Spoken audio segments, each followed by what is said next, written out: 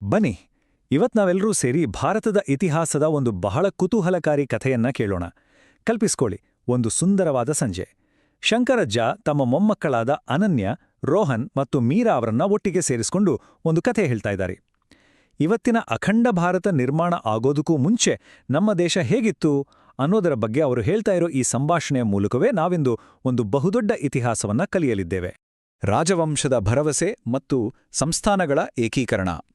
ಶಂಕರಜ್ಜ ಇತಿಹಾಸದ ಹಿನ್ನೆಲೆಯನ್ನ ವಿವರಿಸ್ತಾ ಕತೆ ಶುರು ಮಾಡ್ತಾರೆ. ನಮ್ಗೆ ಸ್ವಾತಂತ್ರ್ಯ ಬರೋದಕ್ಕೂ ಮುಂಚೆ ಭಾರತ ಇವತ್ತಿನ ಥರ ಒಂದೇ ದೇಶ ಆಗಿರಲಿಲ್ಲ. ಬದಲಾಗಿ ಇದು ಅನೇಕ ಸಣ್ಣಪುಟ್ಟ ಪ್ರದೇಶಗಳಾಗಿ ಹಂಚೋಗಿತ್ತು ಮತ್ತು ಪ್ರತಿಯೊಂದನ್ನು ಪ್ರತ್ಯೇಕ ರಾಜರು ಆಡ್ತಾ ಇದ್ರು ಅಂತ ವಿವರಿಸ್ತಾರೆ. ಇದನ್ನ ಕೇಳಿದ ತಕ್ಷಣ ಪುಟ್ಟ ಅನನ್ಯಗೆ ಆಶ್ಚರ್ಯ ಆಗಿ, ಏನೋ ಪ್ರತ್ಯೇಕ ರಾಜ್ಯಗಳ ತರಣ ಅಂತ ಕೇಳ್ತಾಳೆ. ಅದಕ್ಕೆ ಅಜ್ಜ ಹೌದು ಅಂತ ತಲೆಯಲ್ಲಾಡಿಸ್ತಾ, ಭಾರತಕ್ಕೆ ಸ್ವಾತಂತ್ರ್ಯ ಬಂದಾಗ ಈ ಎಲ್ಲಾ ರಾಜರುಗಳನ್ನ ಒಟ್ಟುಗೂಡಿಸಿ ನಾವೆಲ್ಲರೂ ಸೇರಿ ಒಂದೇ ದೇಶ ಆಗೋಣ ಅಂತ ಕೇಳ್ಕೊಳ್ಳಲಾಯಿತು ಅಂತ ವಿವರಿಸ್ತಾರೆ. ಆಗ ರೋಹನ್ ತಮ್ಮದೇ ರಾಜ್ಯನ ಬಿಟ್ಕೊಡೋದು ಅಂದ್ರೆ ತುಂಬಾ ದೊಡ್ಡ ನಿರ್ಧಾರ ಅಲ್ವಾ ಅಂತಾನೆ.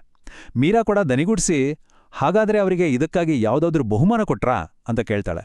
ಅಜ್ಜ ನಗುತ್ತಾ, ಈ ಬೃಹತ್ ಬದಲಾವಣೆನ ಸುಗಮವಾಗಿ ಮಾಡೋದಕ್ಕೆ ಅಂದಿನ ಸರ್ಕಾರ ರಾಜರಿಗೆ ಒಂದು ಆರ್ಥಿಕ ಭರವಸೆಯನ್ನು ಕೊಟ್ಟು ಅಂತ ಹೇಳ್ತಾರೆ. ಸರ್ಕಾರ ನೀಡಿದ ಆ ಭರವಸೆಯ ಹೆಸರೇ ಪ್ರಿವಿಪರ್ಸ್. ಅಜ್ಜ ಮಕ್ಕಳಿಗೆ ಈ ಪದದ ಅರ್ಥನ ತುಂಬಾ ಸರಳವಾಗಿ ಹೇಳ್ತಾರೆ. ರಾಜರು ತಮ್ಮ ಅಧಿಕಾರನ ಬಿಟ್ಟುಕೊಟ್ಟಿದ್ದಕ್ಕೆ ಪ್ರತಿ ವರ್ಷವೂ ಅವರಿಗೆ ಒಂದು ನಿಗದಿತ ಹಣನ ಕೊಡಲಾಗ್ತಿತ್ತು. ರಾಜ್ಯ ಕಳೆದುಕೊಂಡ ಮೇಲೂ ರಾಜರಿಗೆ ಹಣ ಸಿಕ್ತಿತ್ತಾ ಅಂತ ರೋಹನ್ಗೆ ಫುಲ್ ಆಶ್ಚರ್ಯ. ಆದ್ರೆ ಆ ಸಮಯದಲ್ಲಿ ಭಾರತವನ್ನ ಒಗ್ಗೂಡಿಸೋಕೆ ಈ ಒಪ್ಪಂದ ತುಂಬಾನೇ ಅಗತ್ಯವಾಗಿತ್ತು. ಆಗ ಅನನ್ಯ ಒಂದು ಚಾಣಾಕ್ಷ ಪ್ರಶ್ನೆ ಕೇಳ್ತಾಳೆ, ಇದು ನಿಜವಾಗ್ಲೂ ಅಧಿಕೃತ ನಿಯಮ ಆಗಿತ್ತಾ ಅಂತ. ಖಂಡಿತ ಹೌದು.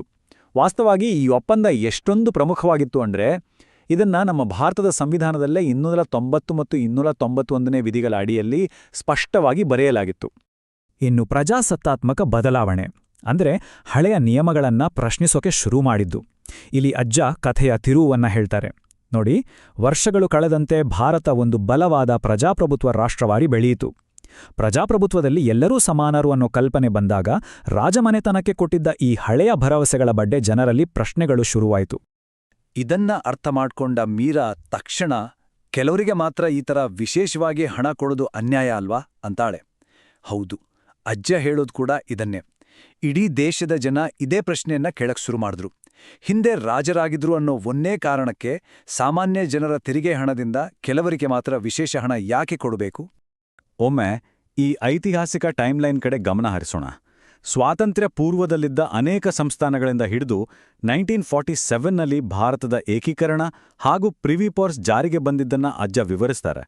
ಅಂತಿಮವಾಗಿ ಜನರ ಸಮಾನತೆಯ ಕೂಗಿಗೆ ಸ್ಪಂದಿಸಿದ ಸರ್ಕಾರ 1971ನಲ್ಲಿ ಒಂದು ಬಹುದೊಡ್ಡ ಬದಲಾವಣೆ ಮಾಡೋದಕ್ಕೆ ನಿರ್ಧಾರ ಮಾಡಿತು. ಸಂವಿಧಾನದಲ್ಲಿ ಆದ ಈ ದೊಡ್ಡ ಬದಲಾವಣೆನ ಸುಲಭವಾಗಿ ಅರ್ಥ ಮಾಡಿಸೋಕೆ ಅಜ್ಜ ಮಕ್ಕಳಿಗೆ ಶಾಲೆಯ ಒಂದು ಉದಾಹರಣೆ ಕೊಡ್ತಾರೆ. ಬನ್ನಿ, ಈ ಅದ್ಭುತವಾದ ಉದಾಹರಣೆನ ನಾವು ಕೇಳೋಣ.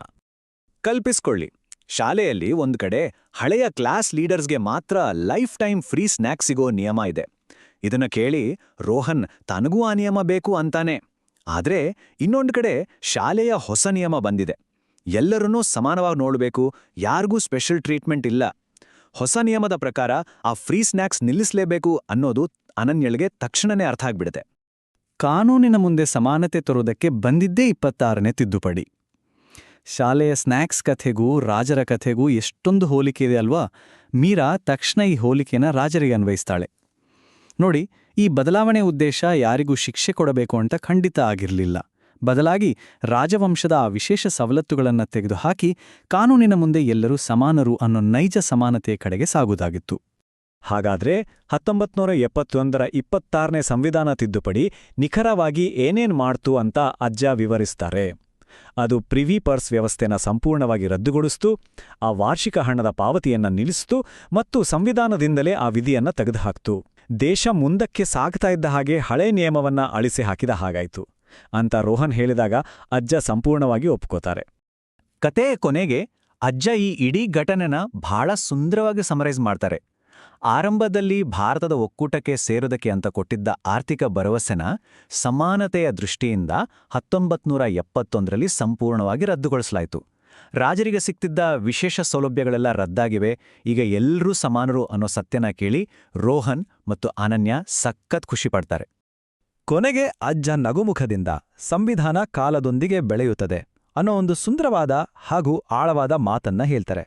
ನಮ್ಮ ಭಾರತ ಬದಲಾದ ಹಾಗೆ ಅದು ಹಳೆಯ ಸವಲತ್ತುಗಳಿಗಿಂತ ಸಮಾನತೆನೇ ಮುಖ್ಯ ಅಂತ ಆಯ್ಕೆ ಮಾಡ್ಕೊಳ್ತು. ಈ ವಿಚಾರ ನಮ್ಮೆಲ್ಲರಲ್ಲೂ ಒಂದು ಕುತೂಹಲಕಾರಿ ಪ್ರಶ್ನೆನ ಹುಟ್ಟಾಕತ್ತೆ. ಎಲ್ಲರಿಗೂ ಸಮಾನವಾದ ಮತ್ತು ನ್ಯಾಯಯುತವಾದ ಸಮಾಜವನ್ನ ನಿರ್ಮಿಸೋಕೆ ನಮ್ಮ ಇಂದಿನ ಕಾನೂನುಗಳು ಭವಿಷ್ಯದಲ್ಲಿ ಇನ್ನೆಷ್ಟು ಬೆಳೆಯಬೇಕಾಗಬಹುದು? ಸ್ವಲ್ಪ ಯೋಚನೆ ಮಾಡಿ.